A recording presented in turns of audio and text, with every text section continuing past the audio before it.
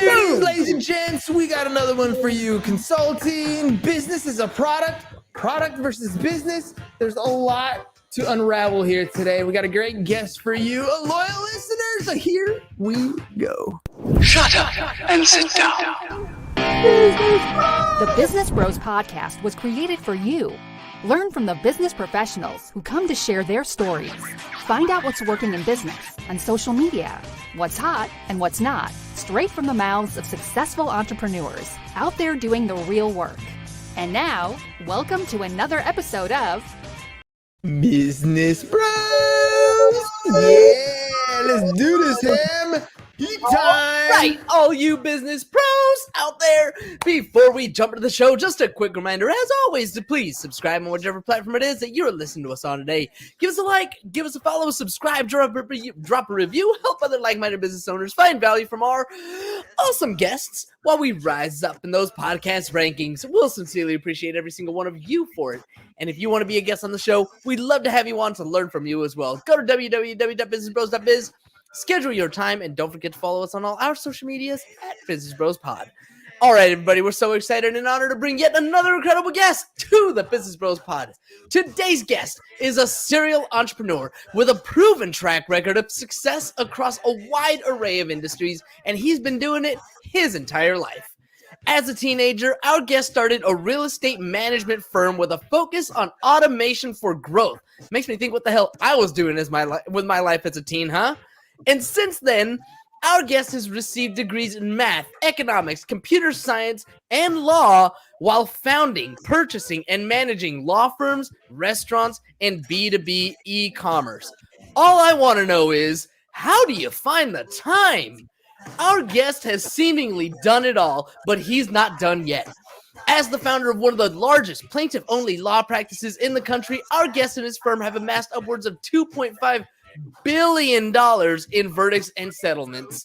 Tune in to hear how our guest is continuing to change lives, passing on his knowledge, and helping other business people reach their goals too. Joining us today from the City of Angels and our neighbor to the north, welcome to the show, Shawn Khorammi.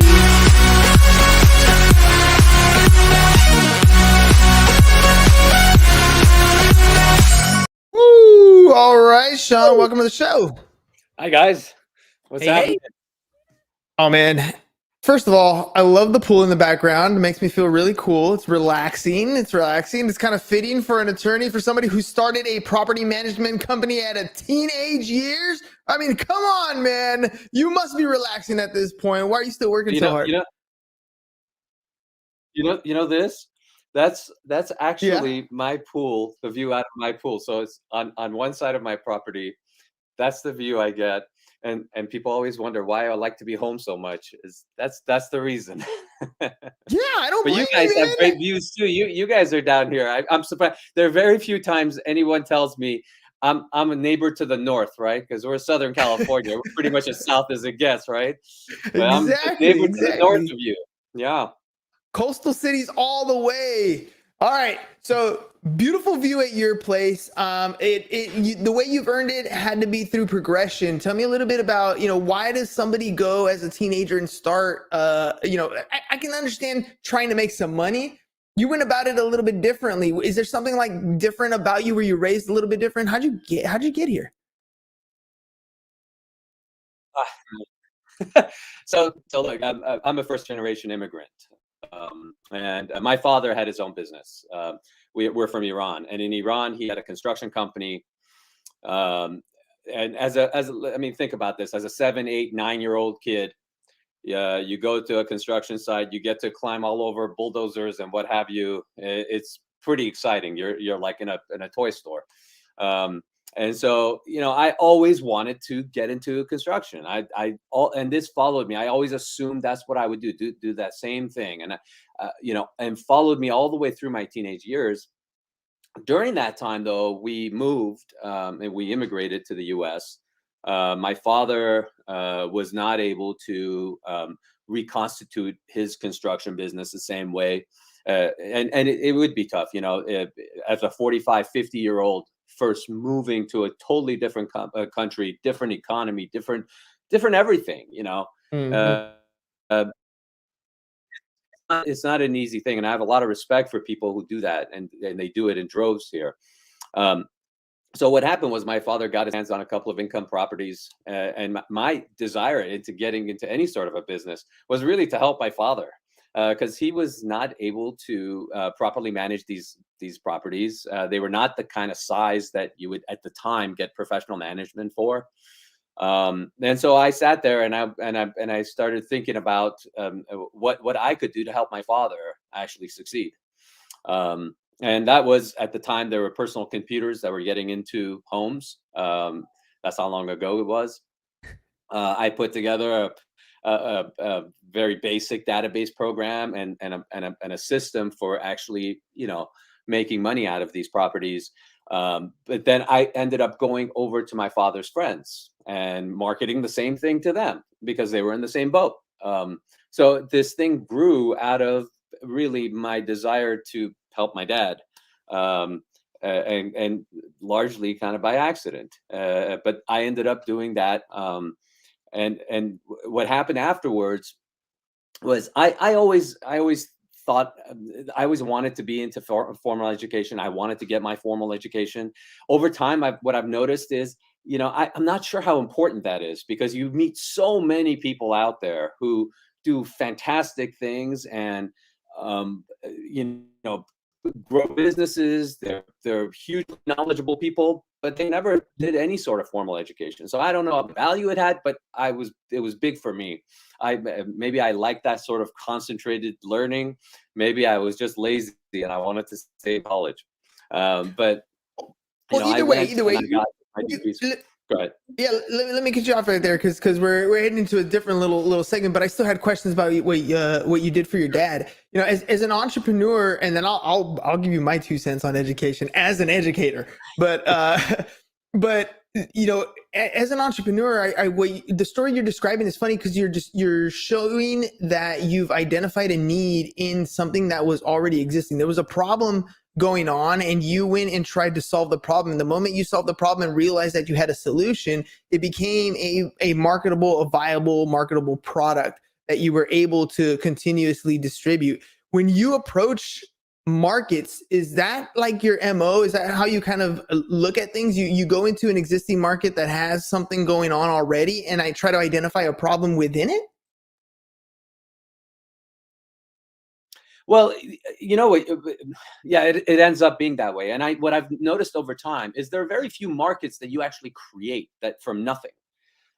Usually when you start something, when you get into a business, you're getting into some sort of an industry, right? And so you have to look at what the needs are, what there is in there. But what I've generally done is whatever industry I'm in, I'm sort of an assembly line kind of guy, right? Because in order to scale something, in my mind, you have to have a system. I'm a listener. So recently I was listening to one of your episodes, and this woman, Alicia Jarrett, right? Mm-hmm. She talked about how she started her real estate business and how she ran systems. So I look at these systems and what kinds of procedures you can put in there, and what kind of automation you can put in there to just take a certain piece of a business and make it real streamlined, real efficient, in order to make that business both better for the customers and better for the business. So whenever I get into a business, I end up identifying these things, and those things actually end up being businesses on their own. So it's what I call back officing other businesses, right? So you identify something that works for your business, that you need a process, you make it better, and that becomes itself a product that you can market to actually your competitors. Which is what I've done over time, is market some process over to my competitors as a completely separate business. Because you're essentially finding an efficiency factor in the process that is standardized across an industry. Like I feel like James is doing exactly that with the insurance agency, standardizing the process, the back end support, one little piece, and now it's to the point where he's just ready to take it to like a marketplace to say, look, independent agents, captive agents, whoever wants to come on board, here's the system, completed system that you can plug and play into what you already have going on. And that's a great opportunity. My worry is always, and because I'm not the systems guy, that's more like a James thing. My worry is always, do I spend a lot of time developing a system for a market that doesn't exist, right? And that's where I think a lot of entrepreneurs fall in love with a product and try to build a business around a product when there's not really a viable market, versus what you're doing, which is there's already an existing market and you're creating a system to bring that product or service more efficiently to the market. Yeah, I mean, one thing is actually, it's not as simple as, oh yeah, I see this thing and then I make it better. You do have to look at whether there's someone out there that's going to actually get use of this thing. A lot of times when you look at a process, and you mentioned this yourself, right, just now, you said if you look at a process, it takes a lot of time. It takes a lot of resources, is what we're talking about, right? It's not just time, it's money, it's employees, it's all of that you put into actually identifying and producing a product, and that is not going to work unless there's a market for it. So you always have to look at what exactly is the industry I'm in, identify what exactly the market is, identify exactly who's going to be getting use out of this thing, and then get into the process of what it's actually going to cost you to produce that product, and then go forward with it. So it's, just because I'm sitting in a business and I'm looking at it and I'm trying to produce a streamlined procedure to go through it or automate some piece of it, doesn't mean that I'm going to actually go through and do it, because I have to look at, okay, what is it going to take from me to get this to a place where it actually makes sense? And I can tell you a whole lot of things that end up on the cutting board on the cutting room floor because of it, right? So let me ask you, I mean, it leads into a perfect Facebook fan question. What's one tip that you would give to an up and coming entrepreneur? I mean, if we've already stepped in it a lot of times in the different ventures that you've been on, like what's one great tip that you can give an entrepreneur who's just getting into a space? Well, one thing is, a lot of times, I think you mentioned it and it kind of sticks in my mind. You have to be flexible with what you're doing. And you hear this from people who really know what they're doing, not this is something I'm repeating for other people who actually know what they're doing. And you have to have flexibility. You can't say, this is my product and that's all I'm going to do, and there's no way I'm going to change off of that. You better be prepared to make changes, to actually see a product through, and to actually do that. Let me give you an example. Facebook never started out as just this whole thing of people getting on there and just talking to each other. It was meant to be something else. Google was meant to be a search engine for actually getting scientific studies grouped in there and having scientists be able to actually access certain things. When you look at all of the businesses that are out there, any one that you want to look at, where usually, I mean, there's always exceptions, they started out as one thing and ended up being something relatively different. And that's because those founders, when they got into it, they weren't stuck in terms of what they're going to have as a product. They actually sat there and they had flexibility to see the market, to get the feedback, and to make alterations to what they thought was their product. So let me ask you this, Shawn. You've worked with a lot of different businesses, right? And I get asked this question a lot, and I don't always know how to answer it as I juggle a lot of plates myself, right? What is it that Shawn does? If people look, if they think of you, what is it that they think of you? Is it like a misunderstanding? Maybe like they don't quite understand what you do. They give you a certain label. Like how would people describe what Shawn does? Well, what I do is actually help small and medium-sized businesses through education, consultation, and investment. Okay. That's what I do currently. That's the business that I'm in, and I get into various businesses. I partner up with them. And that's what our company does, is become a partner with various businesses and either develop pieces of them, meaning certain markets that they want to get into, opening up sales channels and what have you, or actually become a full partner with the business and move it forward and help scale it. So you work on both retainer and equity? What we try to do actually is work on an incentive-based program, meaning we get in with equity. If we are not in with equity, what we do is we actually design a compensation system where we are getting paid only when we bring value to that business. So if I'm sitting there and I'm saying I'm going to increase your sales by X amount, I will fashion a compensation program for my company that only gets us paid if we actually are accomplishing those goals. What I found over time is that just taking a retainer in and saying, okay, we're going to build all this stuff for this much money, doesn't. It's in some ways not fair to the business, and in some ways does not allow us to bring value that we need to be bringing in. So in every setting that I get into, that's one thing that's very important to us, that we actually get paid from what we're producing, what we're bringing to that business. So you're looking for a specific type of business then. You're not really dealing with a startup, maybe a product patent pending type thing, or like what's the ideal client that you're looking to work with?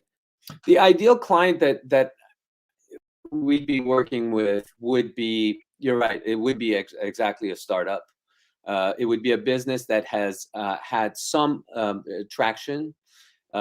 Certainly if they're there to put out a product.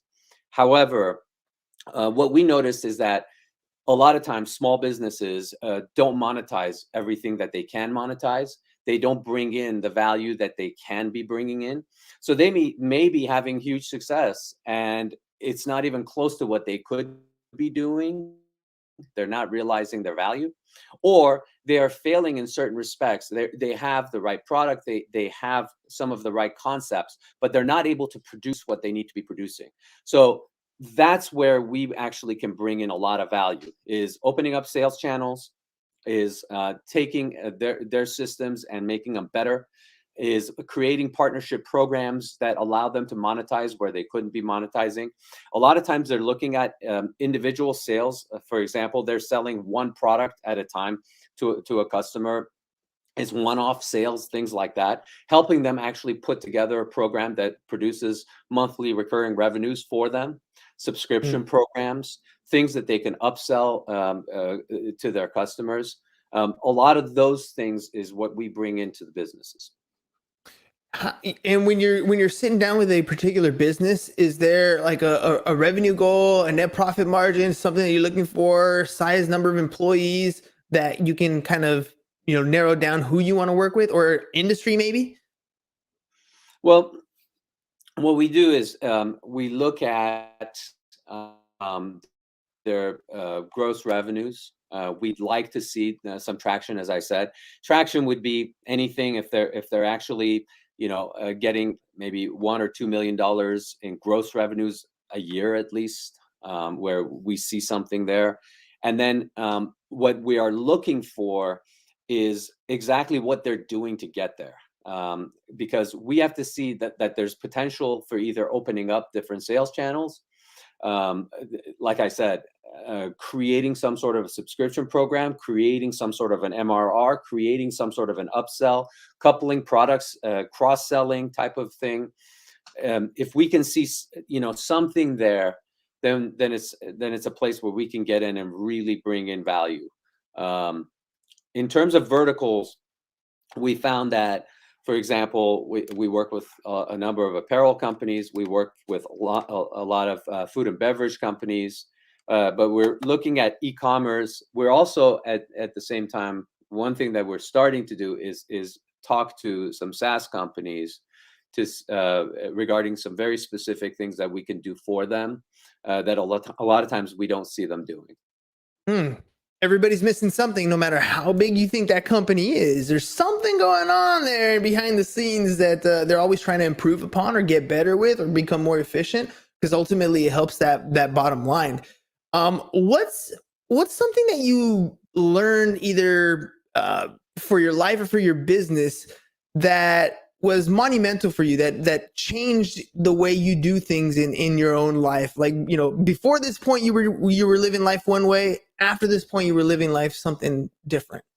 Yeah, you know, it's something I mentioned to you earlier, before the show, and it's realizing that your product, not your business, but your business is your product.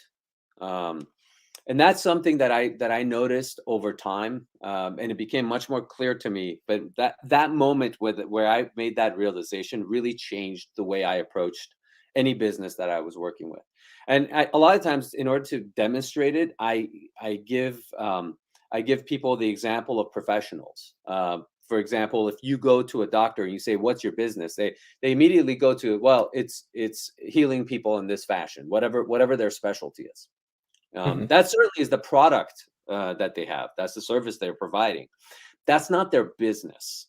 And so that's the mistake a lot of times people make. Their business involves how their staff treats their customers, how how those patients are coming in, what they encounter when they come in, the kinds of services that are provided when they call in, what happens, all of those things that occur, all of that is their business, and that is the product that they're providing to the world, right? Mm.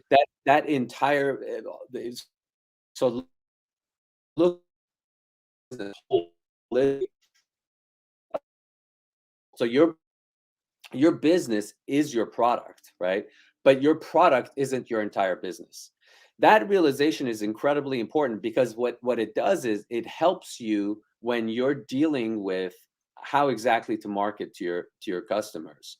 When you're not looking at just, this is my business is selling widgets. That's not what it is. Um, and so one of the things that a lot of times when we talk to different businesses, we have to sort of um, walk them through that process, is exactly that realization. Yeah, sometimes you feel super overwhelmed when you realize that the job you were really good at, that you're walking away from to start your own thing, once you actually step into the realm of doing your own thing, you realize how many other aspects of business are involved that you never even thought possible. And I think this is where burnout happens, right? This is where people are like, yep, this whole business thing, it is not for me. I didn't sign up to do books. I didn't sign up to write tax returns. I didn't sign up to learn marketing. I didn't sign up to go on different podcasts all day long. That's not what I signed up for. I was a plumber since day one. This is what I'm good at. So once they understand that it's just a little bit different mind shift, it's not the product itself, but the business is their product. You know, now we start peering into this process and we start breaking things down. Where do you start in that process? Because some people, I know me personally, I'll look at it and be like, whoa, that's like a bunch of tangled webbed weaves, right? Like how am I going to untangle this? How do I systematize this process? Where do you start? Do you do it as the customer journey, or do you do it from the business owner's point of view? Well, we look at it from the customer. What exactly is the customer seeing? And a lot of times, what happens is they think they're marketing a certain thing to a customer in a certain way, or providing them a service in a certain way, and that's the perfect way. That's exactly what the customer wants, and it turns out that's not at all what the customer is looking for, right? When you actually start interviewing customers, when you actually start interviewing people that are prospects, even what they think they want, looking for when they're shopping for that product, or they're what they're looking to when they deal with a company that provides that product, is completely different a lot of times from what the business owner thinks. And you have to build around that to some degree, at least. Maybe not, it may not be everything, but it's a big portion of what you have to do, because you hear this all the time. You have to meet your customers where they are, right? Mhm. And that's very true. You have to meet them where they are. You have to find them where they are, and then when they engage with you, you have to deal with them in the way that they want to be dealt with. They have to walk through that journey. You mentioned the customer journey. They have to walk through with you all the way into ultimately what you would call as a conversion, what you would call a purchase, but what they call getting what they wanted out of the process, right? And Mhm. so if you don't do all of those things right, somebody else will, right? Somebody else Absolutely. is going to do exactly that, because that's exactly how you get customers. So we walk them through that. We take them through exactly what their customers are looking for, places where they're not doing it exactly right, and what we can do in order to improve those things. And then we have to do that within the constraints of the business as well. Not everybody is a Microsoft that can just turn around and put a whole lot of money into something. The clients, the kinds of people that we like dealing with, have a lot of constraints, because we deal with small and medium-sized businesses, and we help them scale to hopefully become large businesses. That's one heck of a journey. It's not the easiest, but I love what you said there about asking the customer and figuring out directly from them what the problem is. And meeting them where they are. And a lot of them are on social media on a regular basis. And this comes back to a Facebook fan question. What role does social media play in your life? Do you separate between business and social, or is it all one and the same like it is for me? How do you separate the two? Do you separate the two? What role does it play? I, I, I I'm one of those people that separates it greatly. I have very little social media presence personally. My social media presence, or anything I deal with on social media, has to be completely professional. So I deal with it through the companies that we have an interest in, and that's pretty much it. I personally then have very little of that. And And I don't why know if is that's that? just the way I am personality wise. Hmm. It Yeah, may because be a I always personality type of a thing. Some people, yeah, go ahead.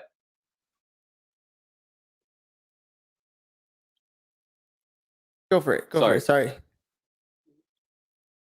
Okay. We got, Yeah, I yeah, think I it's think a we got a delay, personality, but right? keep I think, going. yeah, yeah. So I think I think it's more of a personality thing. I tend to, on a personal basis, sort of not be, into disclosing a whole lot of stuff about myself, um, and keeping those things, kind of private. And then some people don't think that way. They like kind of being out there, right? If you're, and it's true whether you're dealing with social media, or frankly in a social situation, right? If you go to an Mhm. event, somebody is sitting there and they're real bubbly and they're all over the place, and then some people are more reserved, right? So I don't think there's a right way or a wrong way to go about it. If you're dealing with it personally, I think you just do it the way you are, because I think the more your own personality shows through it, the better it is. That's really to me, what the purpose is personally. What it is professionally, completely different, because then you have totally different goals, right?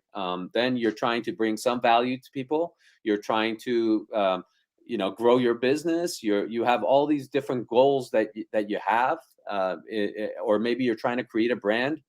I know that was another recent episode I was listening to, about creating a brand, and you said something about that, which is, I think is absolutely correct. But you were being kind, saying that if you don't develop your brand, you'll or you have no brand. That's your brand. That is your brand. I say it a little bit differently. If you don't define your brand, somebody else will. Other people Mm. will do it for you. The world may not be as kind to you as you would like them to be. So part of what you're doing on social media, certainly professionally, is creating that brand, and you have to be very good about it when you're doing it, and you have to be very careful about it. And so the role of social media professionally and personally for me are quite different. Yeah, it's you definitely have to put your best foot forward as much as you possibly can. Get ready for criticism, because it's coming, and it's going to come when you least expect it, and probably harder than you thought it was going to be. But if that's what you want to do, that's what you want to do. And I totally respect the not having the social media thing. I got a couple friends that are like that too. And it's so funny because we feel like we see each other less. And then when we have a conversation, they're better than, than some of the other ones because we have to do a lot of catching up after a while. But yeah, social media. Oh, and it's changing the way we're doing things. It's going to be completely different in the next few years. Yeah. Yeah, and the other thing I wanted to say about it is, like, for me, I like to put thought into things, right? And maybe it's because, again, I go back to this. Maybe I'm a little bit lazy, and I don't want to put in that thought when it comes to dealing with social media personally, and so that's also, that may be also the reason I'm that way. Yeah, everybody has their things. I mean, and different phases in life, I think. I mean, I loved playing video games for a long time. I even owned a game truck for a while, 32-inch TVs inside a trailer doing kid parties. And then when I sold that business, I put down video games, and I haven't really played a game since. It's been years, right? So different aspects, different points, different times in life. So we'll see what happens as we move forward.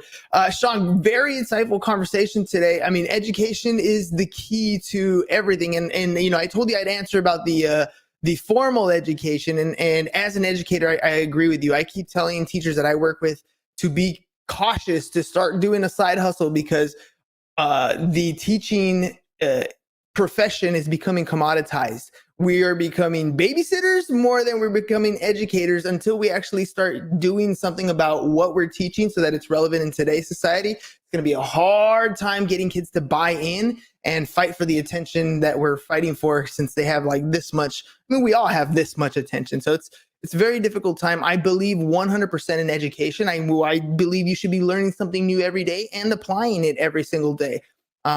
Do I believe that a formal education is the way to go today? Not for most things. Sadly, for most things, it's not. But it doesn't mean that an education isn't important. I believe 100% in education. That's the only way we exist, ladies and gents. I don't know about you guys, but my mind loves to learn. Sometimes it's learning about rocks or animals or whatever it is that I'm learning about, but I love to learn something new every single day. And I think that's why TikTok grabs you. You learn something new in bits and little pieces a second. So it's a time suck too. Be careful of that. Shawn, before we head out, I want to make sure that people are able to find you. If they go to eplaybooks.com, what are they going to find?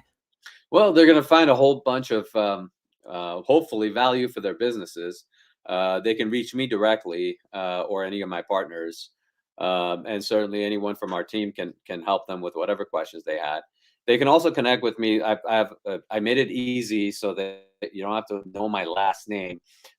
Connect with Shawn.com. That'll take you to my personal site. And I actually have an ebook that I would offer for free to your audience if they get on and just send me a quick email through my. I will give them the ebook, and it's basically how to anything proof your business. That's what it is. It's how to anything proof your business, and it came out of COVID, but it talks about that.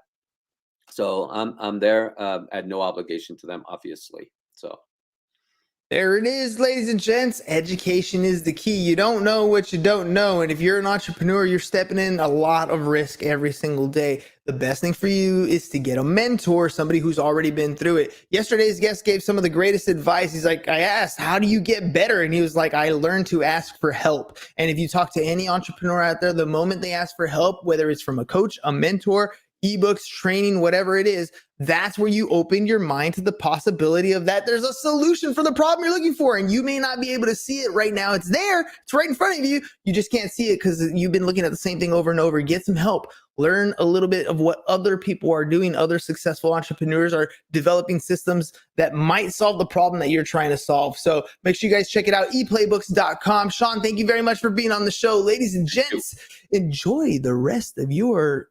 Hey, wait, today's Wednesday. Oh, it's hump day. Enjoy the rest of your hump day afternoon. Later, lates. Thank you for listening to the Business Bros Podcast.